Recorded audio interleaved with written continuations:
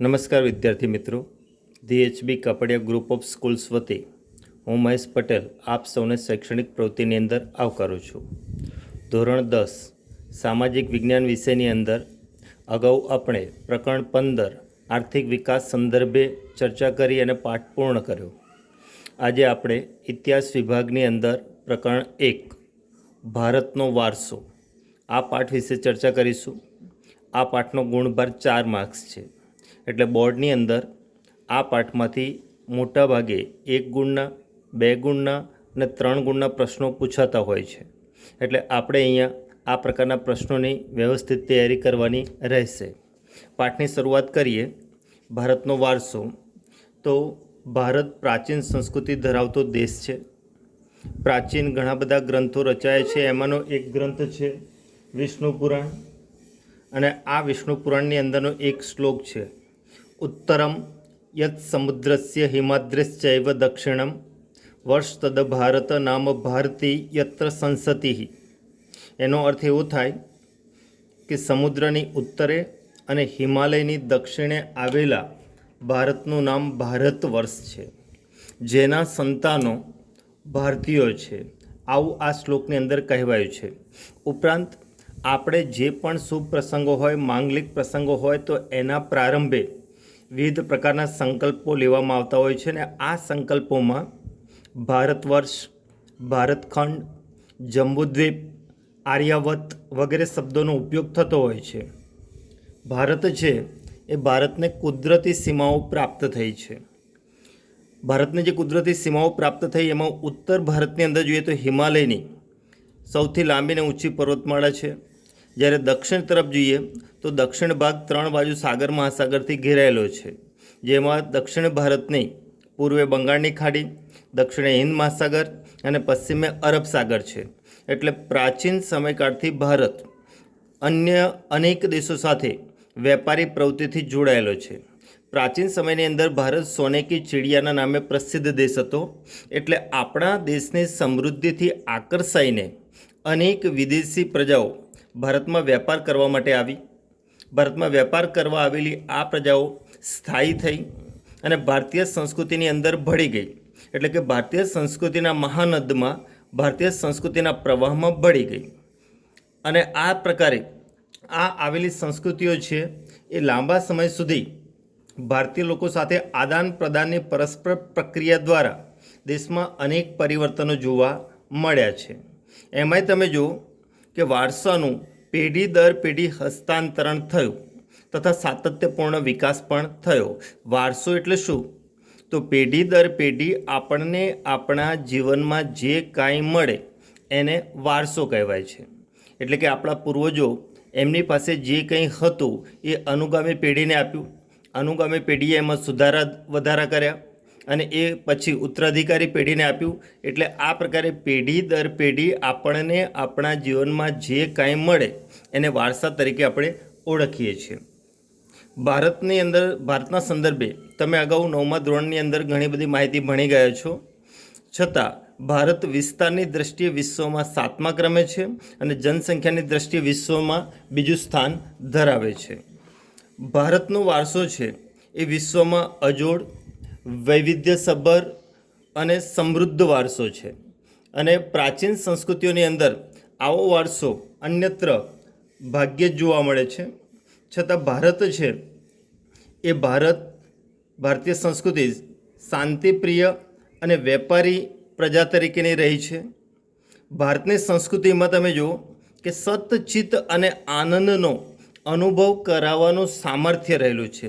સત એટલે સત્ય, ચિત્ત એટલે હૃદય, આનંદ એટલે આનંદ. એટલે કે સાચા હૃદયનો આનંદ કરાવવાની અનુભૂતિ ભારતીય સંસ્કૃતિની અંદર રહેલી જોવા મળે છે. પ્રાચીન સમયકાળથી ભિન્ન ભિન્ન સંસ્કૃતિઓના લોકો ભારતમાં આવ્યા. ભારતની અંદર આદાન પ્રદાન થકી ભારતીય સંસ્કૃતિ વધુને વધુ સમૃદ્ધ બની. એનો અર્થ એવો કે વિદેશી પ્રજા ભારતમાં આવી તો ભારતીય પ્રજાએ એમની પાસેથી જે કાંઈ સારું હતું એ મેળવ્યું અને આ રીતે ભારતીય સંસ્કૃતિ વધુને વધુ પુષ્ટ અને સમૃદ્ધ બનતી ગઈ છે. આ ભારતીય સંસ્કૃતિનો વિકાસ સિંધુ ખીણની સંસ્કૃતિથી શરૂ કરી આજ દિન સુધીના લોકોએ ભારતને પોતાની બુદ્ધિશક્તિ, કલા કૌશલ્ય અને આવડત દ્વારા સમૃદ્ધ બનાવ્યું છે અને આ પ્રકારે ભારતીય સંસ્કૃતિ વધુને વધુ સમૃદ્ધ બનતી ગઈ છે. ભારતીય સંસ્કૃતિના નિર્માણમાં અનેક મહાનુભાવોનો ફાળો વિશેષ સ્વરૂપે રહ્યો છે, જેમાં અનેક ઋષિમુનિઓ, સંતો, વિદુષીઓ, વિદ્વાનો, ચિંતકો, કલાકારો, કારીગરો, વૈજ્ઞાનિકો, સંશોધકો, સાહિત્યકારો, શિક્ષણશાસ્ત્રીઓ, રાજનીતિજ્ઞકો, ઇતિહાસકારો અને સમાજ સુધારકો વગેરેનો અગત્યનો ફાળો સંસ્કૃતિના નિર્માણમાં રહેલો છે. એટલે ભારતીય સંસ્કૃતિનું નિર્માણ કોઈ એક સમય કે એક પ્રજાના પ્રયત્નોનું પરિણામ નથી, પણ અનેક લોકોના સહિયારા પુરુષાર્થનું પરિણામ એટલે આ ભારતીય સંસ્કૃતિ આપણે કહી શકીએ છીએ. અને ભારતીય સંસ્કૃતિની અંદર અનેક પ્રકારે ધર્મ, શાસન શૈલી, ભાષા, કલા, ચિત્ર, બોલી, પહેરવેશ, રીત રિવાજો ભારતની અંદર આદાન પ્રદાન થયા અને અપનાવ્યા કે જેને કારણે સમયાંતરે ભારતીય સંસ્કૃતિ ભાતીગળ સંસ્કૃતિ બની અથવા ભાતીગળ સંસ્કૃતિનું નિર્માણ થયું. તો વિદ્યાર્થી મિત્રો, અહીંયા 2 ગુણના 2 પ્રશ્નો થયા. પહેલો પ્રશ્ન હતો કે સંસ્કૃતિના સંદર્ભમાં ભારતનો પરિચય આપો, એટલે શ્લોકના સંદર્ભમાં તમારે સમજૂતી આપવાની. જ્યારે બીજો પ્રશ્ન છે કે ભારતમાં ભાતીગળ સંસ્કૃતિનું નિર્માણ થયું, તો આ બીજો 2 ગુણનો પ્રશ્ન બનશે. હવે આપણે જોઈએ ત્રીજો એક ઇમ્પોર્ટન્ટ પ્રશ્ન, સંસ્કૃતિનો અર્થ. સંસ્કૃતિનો અર્થ તમારે 3 વાક્યોની અંદર સ્પષ્ટ કરવાનો રહેશે.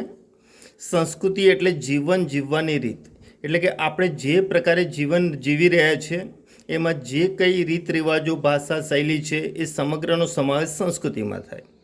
બીજું, સંસ્કૃતિ એટલે માનવ મનનું ખેડાણ, એટલે ગુફાવાસી માનવ ગગનચુંબી ઇમારતોમાં પહોંચ્યો અને ત્યાં સુધીમાં એને જે કંઈ મેળવ્યું કે જે કંઈ સર્જન કર્યું એ બધાનો સમાવેશ સંસ્કૃતિમાં થાય. એટલે ટૂંકમાં એવું કહી શકાય કે સંસ્કૃતિ એટલે માનવ મનનું ખેડાણ. ત્રીજું, સંસ્કૃતિ એટલે માનવ સમાજની ટેવો, મૂલ્યો, આચાર વિચાર, ધાર્મિક પરંપરા, એને રહેણી કરણી અને જીવનને ઉચ્ચતમ ધ્યેયો સુધી લઈ જતા આદર્શોનો સરવાળો એટલે સંસ્કૃતિ. એટલે આ પ્રકારે સમાજ કે દેશમાં કાળક્રમે બદલાતા સંજોગો અનુસાર જનજીવનમાં આવતા પરિવર્તનો, સુધારા, સામાજિક નીતિરીતિ ઇત્યાદિ વડે ભિન્ન ભિન્ન સમાજોની સંસ્કૃતિનું નિર્માણ થયેલું જોવા મળે છે. તો આ પ્રકારે સંસ્કૃતિના અર્થની અંદર આ તમારે 3 વ્યાખ્યાઓ અલગ અલગ શબ્દોમાં આપી છે એ લખવાની રહેશે. હવે જોઈએ ભારતીય સંસ્કૃતિનો વારસો. ભારતીય સંસ્કૃતિનો વારસાના સંદર્ભમાં જોઈએ તો વારસો એટલે આપણને આપણા પૂર્વજો તરફથી મળેલી અમૂલ્ય ભેટ છે. આપણે શાળાકીય અભ્યાસક્રમની અંદર લેવાતી દૈનિક પ્રતિજ્ઞાઓમાં પણ આ વારસા સંદર્ભે પ્રતિજ્ઞા લઈએ છીએ, જેમ કે હું મારા દેશને ચાહું છું અને તેના સમૃદ્ધ અને વૈવિધ્યપૂર્ણ વારસાનો મને ગર્વ છે.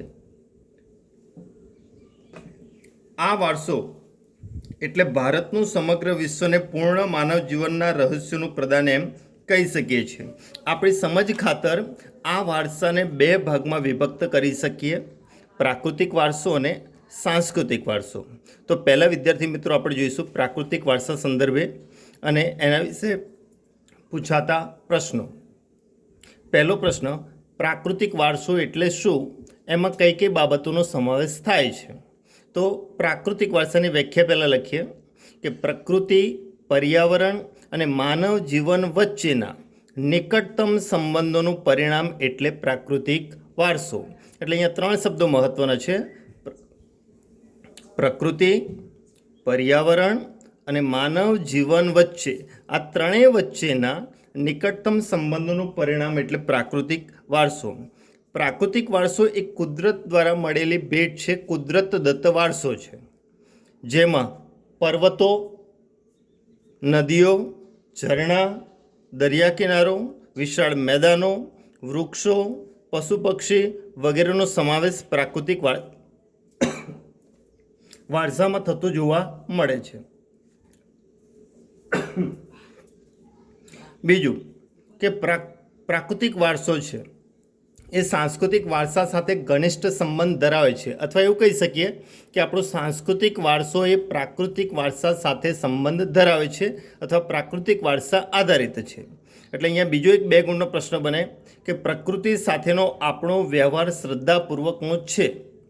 તો પ્રકૃતિ સાથે આપણા વ્યવહારો જોડાયેલા છે એ અહીંયા સ્પષ્ટ કરવાનું છે. જેમ કે પંચતંત્ર અને બૌદ્ધ ધર્મની જાતક કથાઓમાં પ્રકૃતિ સાથેનો આપણો વ્યવહાર શ્રદ્ધાપૂર્વકનો છે એવું જોવા મળે છે. એ ઉપરાંત આપણા લોકગીતો, લોકસંગીત, શાસ્ત્રીય સંગીત પણ પ્રકૃતિ પર આધારિત છે. એટલે સંગીતમાં પણ ઋતુઓ અને પ્રકૃતિ સાથેનો સંબંધ જોવા મળે છે. જેમ કે સંગીતના અલગ અલગ રાગો એ દિવસના જુદા જુદા પ્રહરો સાથે જોડાયેલા છે. તો દિવસના જુદા જુદા પ્રહરો એ પ્રકૃતિ છે અને રાગ એ સંસ્કૃતિ છે. તો આપણી સંસ્કૃતિ એ પ્રકૃતિ સાથે જોડાયેલી જોવા મળે છે. બીજું કે આપણા ગીતો, તહેવારો, કવિતાઓ, ચિત્રો પ્રકૃતિ અને ઋતુચક્રનું નિરૂપણ જોવા મળે છે. એટલે આજે ઘણા બધા તહેવારો પણ પ્રકૃતિ પર આધારિત છે. ગીતો, કવિતાઓ અને ચિત્રોમાં પણ મોટે ભાગે પ્રકૃતિનું જ નિરૂપણ આપણને જોવા મળતું હોય છે. એટલે આ પ્રકારે પ્રકૃતિ સાથેનો આપણો વ્યવહાર સંબંધિત થયો કહી શકાય. આજે તમે જુઓ કે આપણી પ્રાકૃતિક ચિકિત્સા પદ્ધતિઓ કે જેની અંદર નેચરોથેરાપી, આયુર્વેદ અને યુનાની જેવી ચિકિત્સા પદ્ધતિઓ પણ પૂર્ણપણે પ્રકૃતિ પર જ આધારિત છે. જેમ કે આયુર્વેદની અંદર વનસ્પતિના ઉપયોગ કરીએ તે વનસ્પતિ કુદરત દ્વારા પ્રાપ્ત થયેલી છે. તો આ પ્રકારે નેચરોથેરાપી, આયુર્વેદ, યુનાની જેવી ચિકિત્સા પદ્ધતિ પણ પ્રકૃતિ પર જ આધારિત છે. તો આ રીતે આપણી સંસ્કૃતિ પ્રકૃતિ સાથે ઘનિષ્ઠ સંબંધ ધરાવે છે એમ કહી શકાય. આ પ્રાકૃતિક વારસાની અંદર હવે આપણે આગળ પ્રાકૃતિક વારસા સંદર્ભે એના ભૂમિ દ્રશ્યો, નદીઓ, વનસ્પતિ જીવન અને વન્ય જીવન સંદર્ભે આ પછીના લેક્ચરમાં અભ્યાસ કરીશું. તો અહીંયા મોટાભાગે તમારા 5 પ્રશ્નો 2 ગુણના થયા જે મોઢે કરીને લખવાના રહેશે. અસ્તુ.